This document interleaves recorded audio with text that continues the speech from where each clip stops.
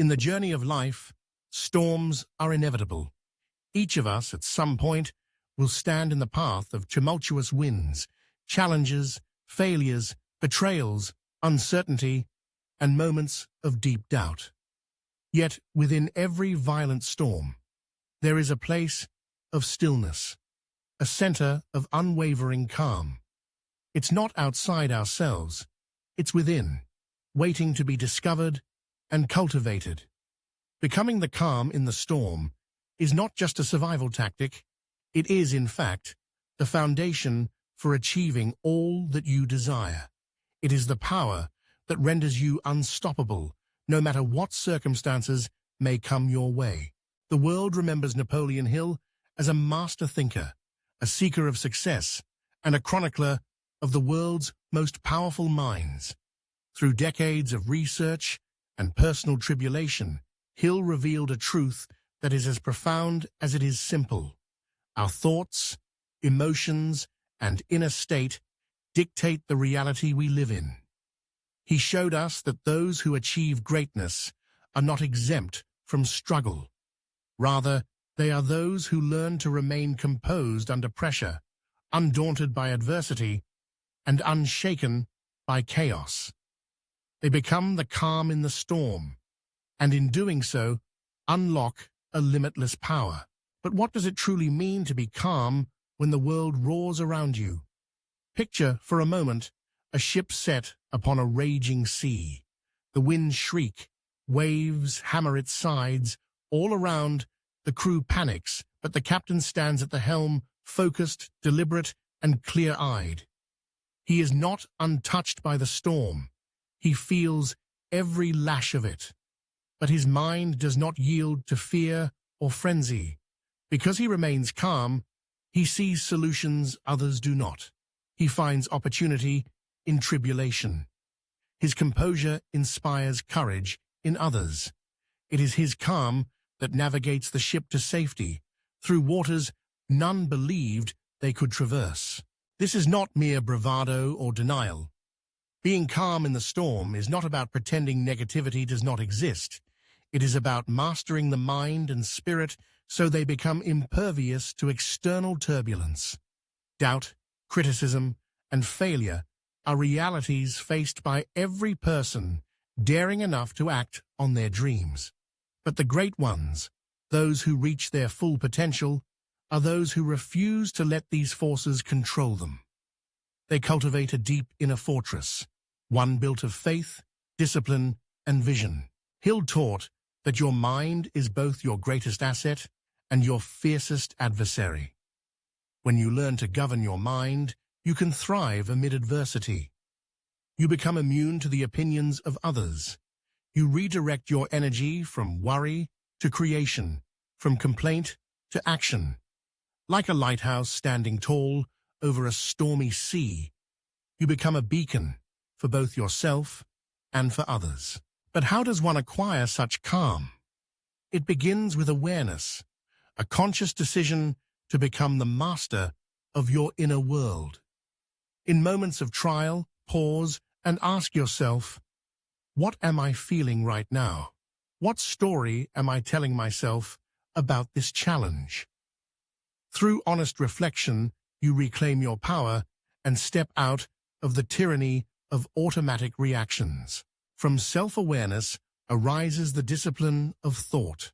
Hill insisted that sustained success is a result of directing one's mental energy toward definite purpose. If you are clear on what you want, and you hold this purpose in your mind daily, then lesser distractions and disturbances cannot sway you. Adversity becomes mere feedback, not a verdict.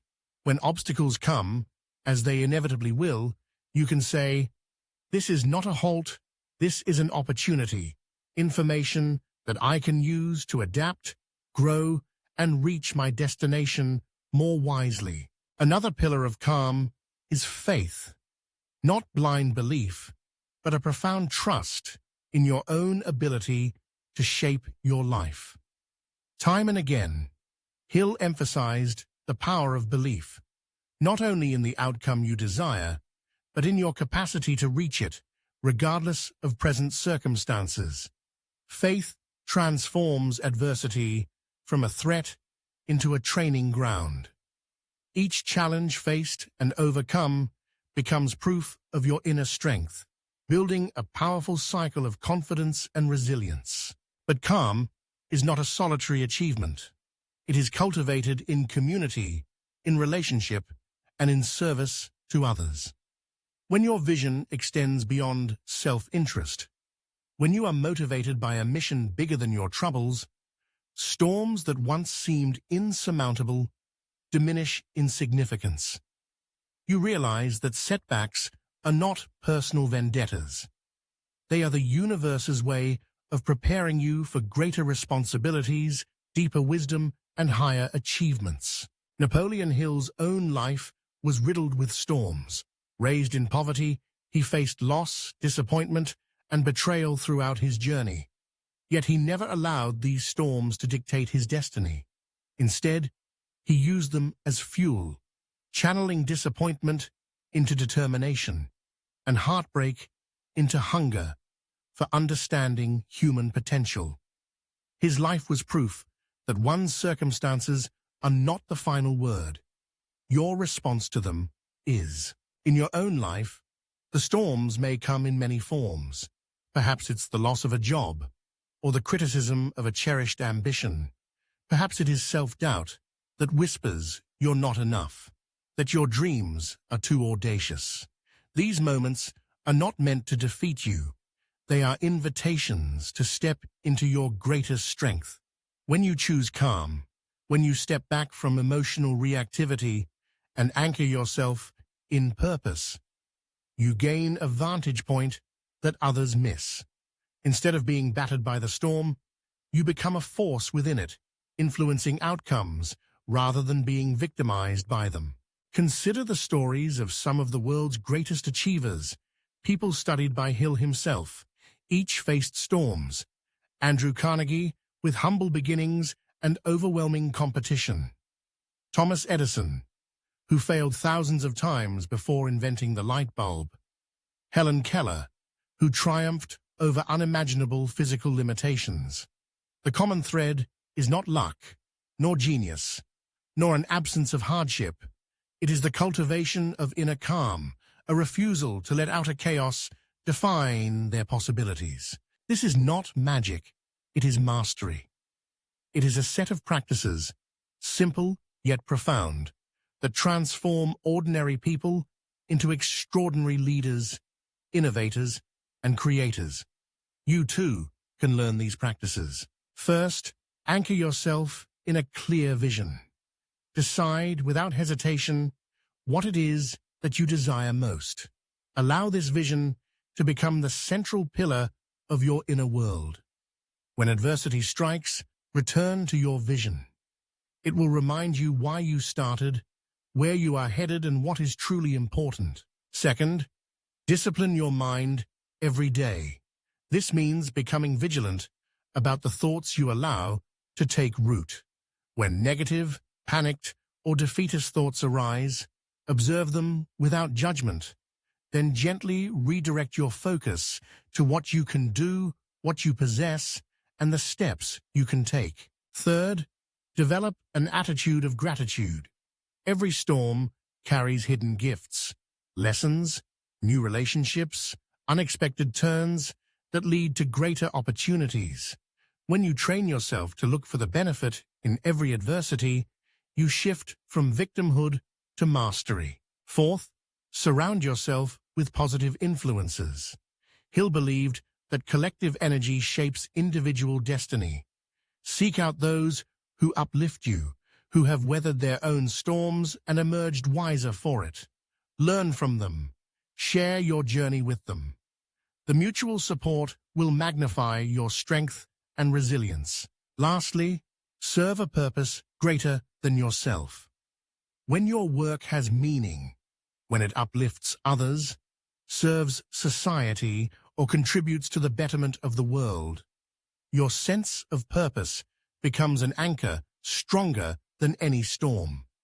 The winds may howl, but your spirit remains unshaken because you are moving in alignment with a cause that endures beyond adversity.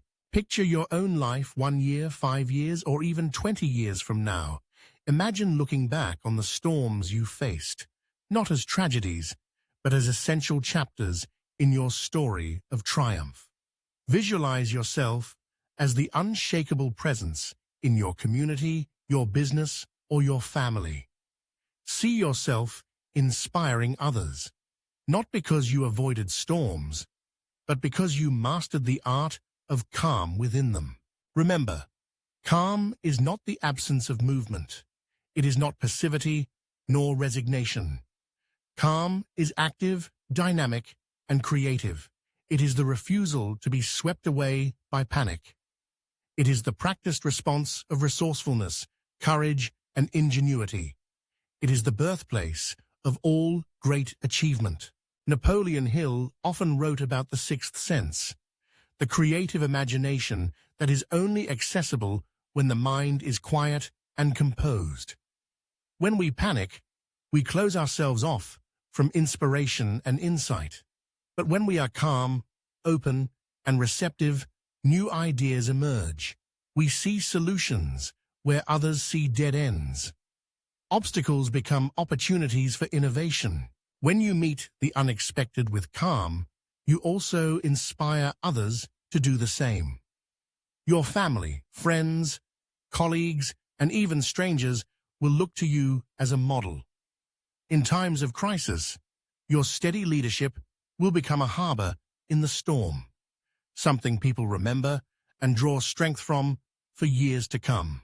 This calmness is a skill that grows with practice. Begin with small moments, a difficult conversation, a missed opportunity, a minor setback.